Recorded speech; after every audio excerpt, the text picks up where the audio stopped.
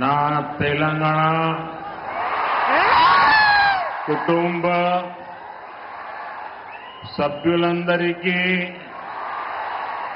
नमस्कारालो। आप सभी विकास के इस उत्सव में इतनी बड़ी संख्या में आए हैं।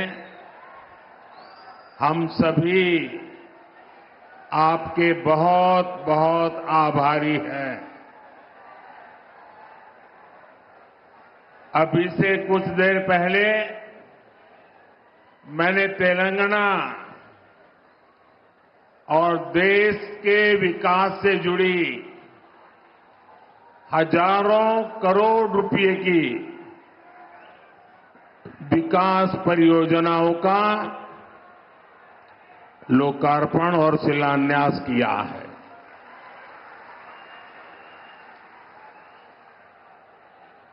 कुछ लोग आदत से मजबूर होते हैं, मेहनत करने की कुछ आदत भी कम होती है और इसलिए बड़ी सरल भाषा में कह देते हैं कि ये तो चुनावी सभा है। मेरे भाइयों बहनों और मेरे कुछ साथी जो भांति भांति का एनालिसिस करते हैं, जरा समझो ये चुनावी सभा नहीं है। चुनाव की तो अभी घोषणा भी नहीं हुई है।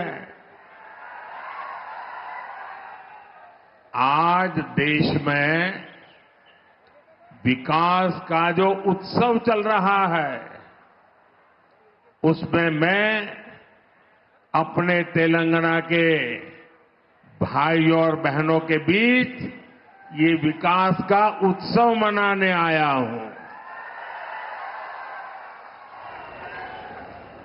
मेरी बात से आप सहमत हैं ना? सहमत हैं ना?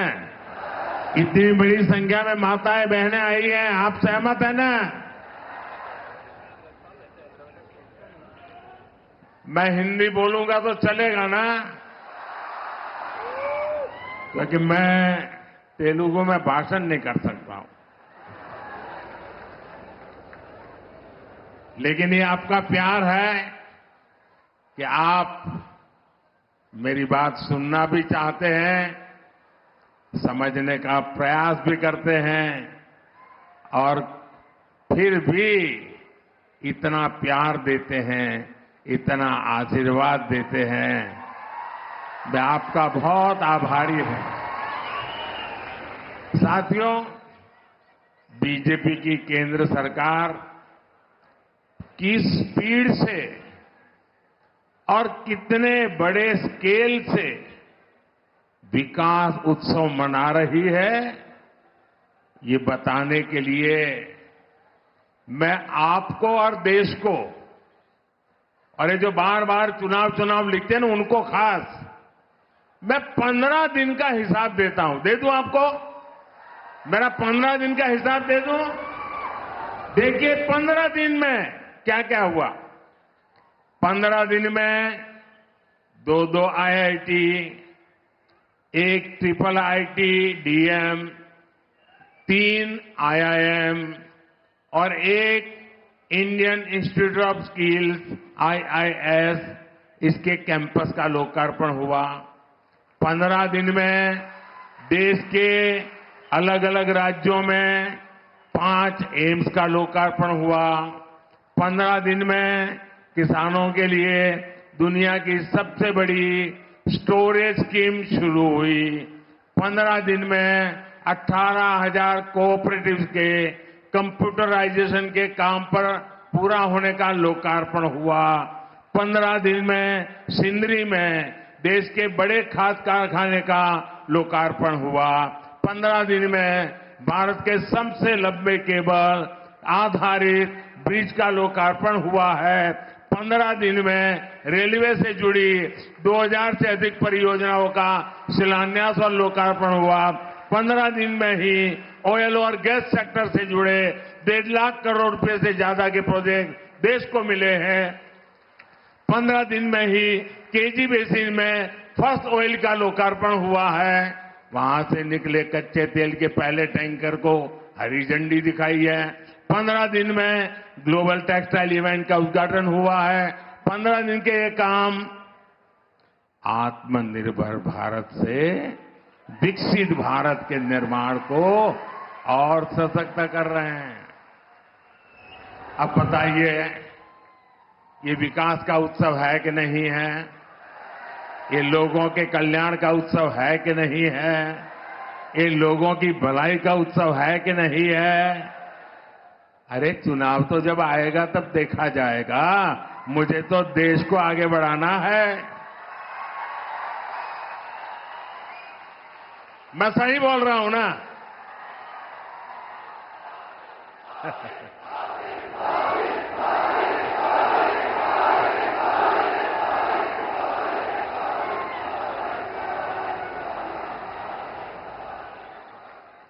साथियों, कल भी मैंने, अब आप देखिए, ये चुनाव करते हैं, जरा देखिए, दिमाग खपाइए।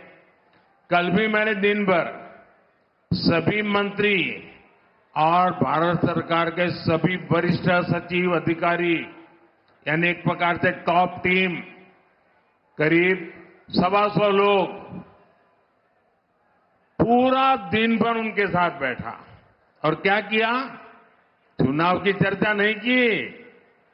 वहां मैंने विकसित भारत निर्माण के लिए एक्शन प्लान पर एक एक मुद्दे की बारीकी से चर्चा की। विकसित भारत के एक्शन प्लान पर देश भर में 15 लाख लोग अब तक अपने सुझाव दे चुके हैं। 3,75,000 से ज्यादा स्टेक होल्डर्स अब तक इसमें सक्रिय रूप से जुड़े हैं। विकसित भारत के विजन को लेकर करीब 3,000 मीटिंग हो चुकी है। 3,000 मीटिंग। देश को विकसित बनाने के लिए दिन रात काम, करीब 1200 यूनिवर्सिटीज ने इसमें हिस्सा लिया है। बड़ी बात यह है कि इनमें अब तक करीब 11 लाख युवाओं ने हिस्सा लिया है, अपने मौलिक सुझाव दिए हैं, जो हमारे युवा विकसित भारत के सबसे बड़े निर्माता और सबसे बड़े लाभार्थी, ये हमारी बहुत बड़ी ताकत है। राष्ट्र के विकास के लिए भाजपा का यही कमिटमेंट है, जिसके कारण तेलंगाना के भी लोग पूरे जोश से कह रहे हैं। तेलंगाना के गांव से आवाज आ रही है। नौजवान भी बोल रहा है, बुजुर्ग भी बोल रहे हैं, महिलाएं भी बोल रही हैं, शहर वाले भी बोल रहे हैं, किसान भी बोल रहा है, मजदूर भी बोल रहा है। अब की बार 400 पार, अब की बार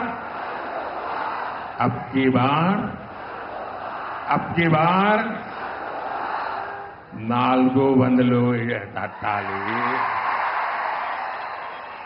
బీజేపీకి ఓటు వేయాలి। साथियों, ये धरती रामजी गोंड और कोमाराम भीम जैसी महान विभूतियों की धरती है। आजादी के इतने दशकों तक तेलंगाना की इस धरती ने, उन्होंने जो योगदान दिया, उस योगदान को कभी सम्मान नहीं दिया गया। 2014 के बाद बीजेपी की केंद्र में सरकार ने तेलंगाना के विकास को, आदिवासी समाज के सम्मान को इतना महत्व दिया। आप मुझे बताइए, क्या बीजेपी सरकार आने से पहले कोई कल्पना कर सकता था कि एक आदिवासी महिला देश की राष्ट्रपति बनेगी? कोई कल्पना कर सकता था? पहले कभी लगता था कि ऐसा हो सकता है? क्या कोई कल्पना कर सकता था कि भगवान बिरसा मुंडा के जन्मदिन को राष्ट्रीय पर्व के रूप में मनाया जाएगा? आदिवासियों के विकास के लिए देश में अलग मंत्रालय बनाने का काम बीजेपी सरकार ने ही किया था। आजादी की लड़ाई में जनजातीय समाज के योगदान को समर्पित म्यूजियम बनाए जा रहे हैं। ये काम भी केंद्र की बीजेपी सरकार ने शुरू किया है। हैदराबाद में जो म्यूजियम बन रहा है, हमने उसका नाम रामजी गोंड के नाम पर रखा है। साथियों, आदिवासी समाज को सम्मान मिले, ये परिवारवादी पार्टियों को बर्दाश्त नहीं हो सकता। हमने जनजातीय समाज के लिए जब भी फैसले किए, इन्होंने उन फैसलों का विरोध करने का कोई मौका नहीं छोड़ा है। साथियों, बीजेपी आदिवासी कल्याण को, आदिवासी गौरव को सर्वोच्च प्राथमिकता देते हुए काम कर रही है।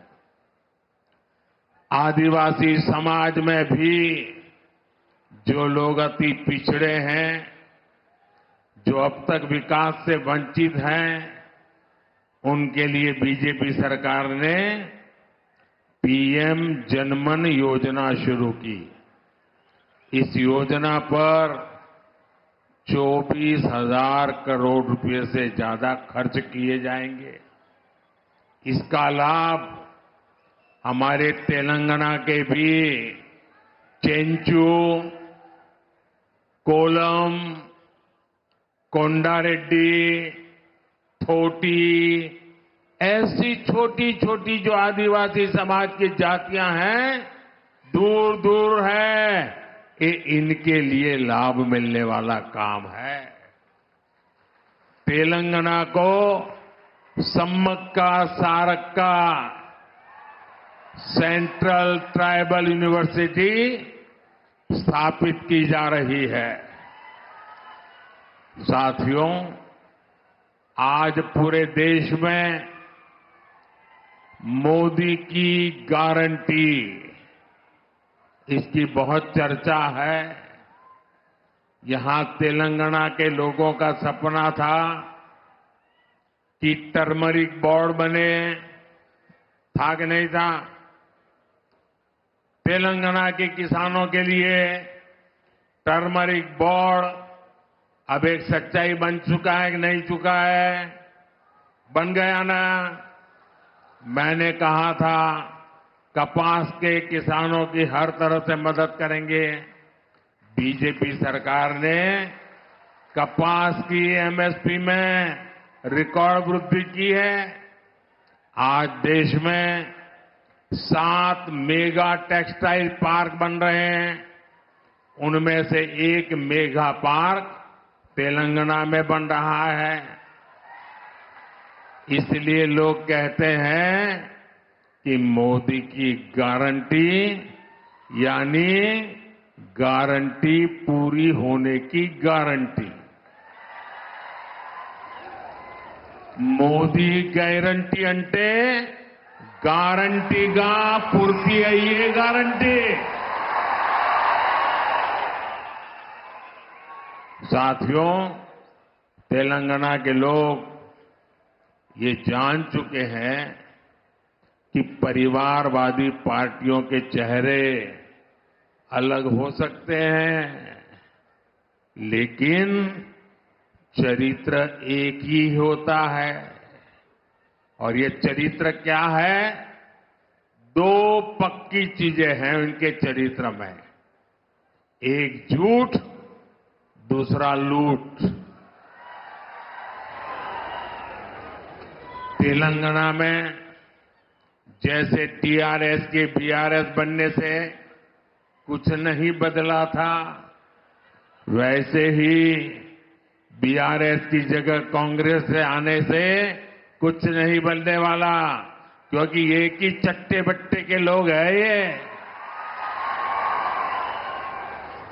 बीआरएस ने अपनी सरकार में कालेश्वरम प्रोजेक्ट जैसे घोटाले किए। कांग्रेस की सरकार उस पर कार्रवाई करने के बजाय फाइलों को दबाकर बैठ गई। तुम भी भले हम भी भले, तुमने खाया मैं खाऊंगा, यही करते हैं। साथियों, भ्रष्टाचार, परिवारवाद और तुष्टीकरण में आकंठ डूबे इंडी गठबंधन के नेता बौखलाते जा रहे हैं। अब इन्होंने 2024 के चुनाव का अपना असली घोषणा पत्र निकाला है। मैं इनके परिवारवाद पर सवाल उठाता हूं तो इन लोगों ने बोलना शुरू कर दिया है कि मोदी का कोई परिवार नहीं है। अब तो कल ये कह देंगे कि तुम कभी जेल में तुझे सजा नहीं हुई इसलिए तुम राजनीति में नहीं आ सकते, ये भी कह देंगे। तेलंगाना के मेरे भाइयों बहनों, मेरा जीवन खुली किताब जैसा है।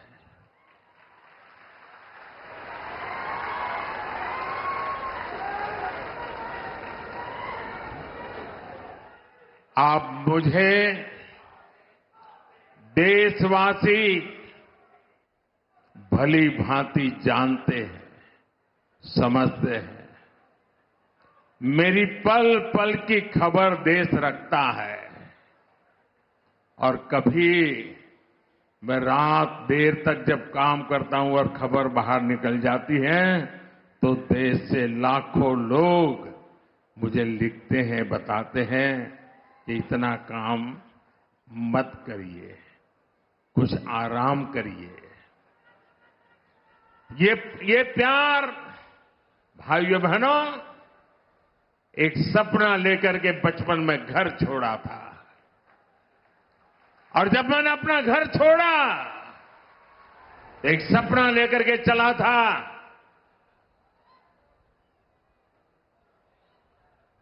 कि मैं देशवासियों के लिए जीऊंगा।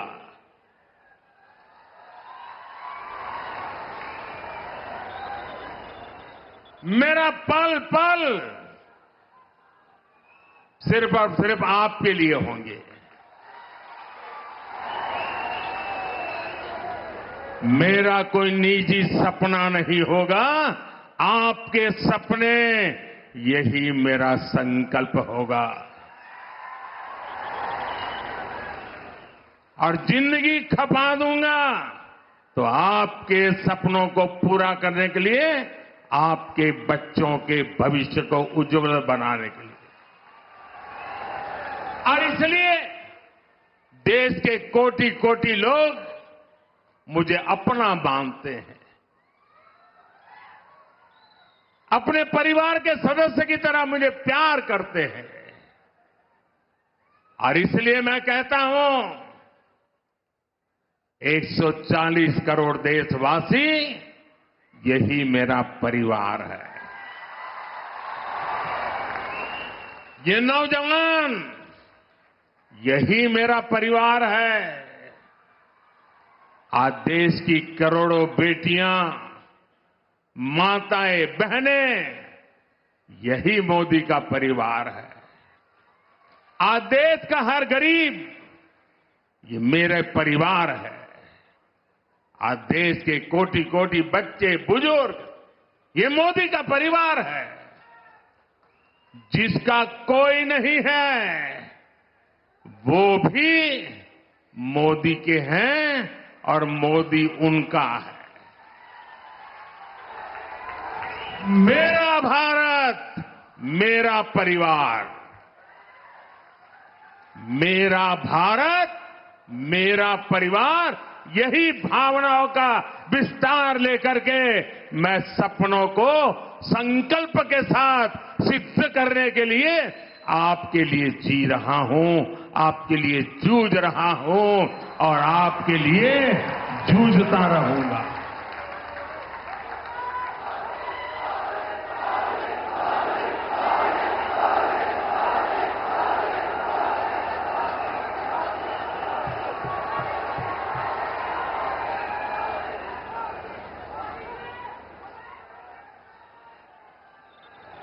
इसलिए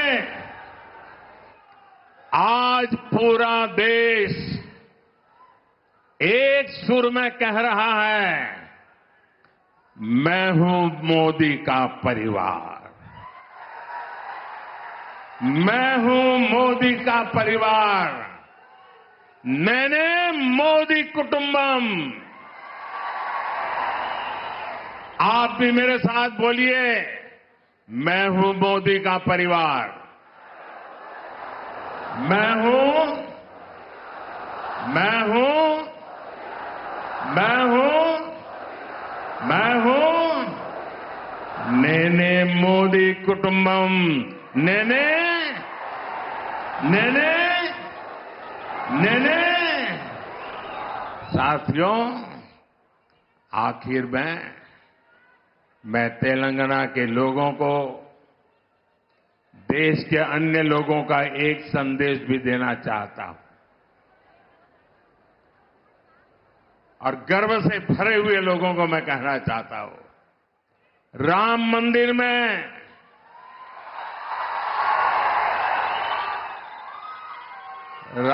मंदिर में सोने के दरवाजे हो या फिर मंदिर के स्तंभ, उनके निर्माण में तेलंगाना की भूमिका रही है और इसके लिए पूरा देश तेलंगाना के लोगों का आभार व्यक्त करता है। रामलला का आशीर्वाद पूरे तेलंगाना के लोगों पर है। हम विकसित भारत, विकसित तेलंगाना का लक्ष्य जरूर हासिल करेंगे। भाइयों बहनों, मैं आपसे यही आग्रह करता हूं कि 2047 25 साल हमारे पास है। इतनी मेहनत करनी है, इतनी मेहनत करनी है, देश को दुनिया के समृद्ध देशों की बराबरी में ला करके खड़ा रखना। हमारे मां बाप को तो मुसीबतों में जिंदगी गुजारनी पड़ी, लेकिन अपने बच्चों को मुसीबत में जीने के लिए मजबूर नहीं करेंगे। और इसलिए तेलंगाना, मुझे आपका आशीर्वाद चाहिए, मुझे आपका अपार प्रेम चाहिए। मैं आपका प्यार का भूखा हूं और एक सेवक के नाते आपको समर्पित हूं। मेरे साथ बोलिए, भारत माता की। दोनों मुट्ठी बंद करके पूरी ताकत से बोलिए, भारत माता की। भारत माता की, भारत माता की, भारत माता की। बहुत बहुत धन्यवाद।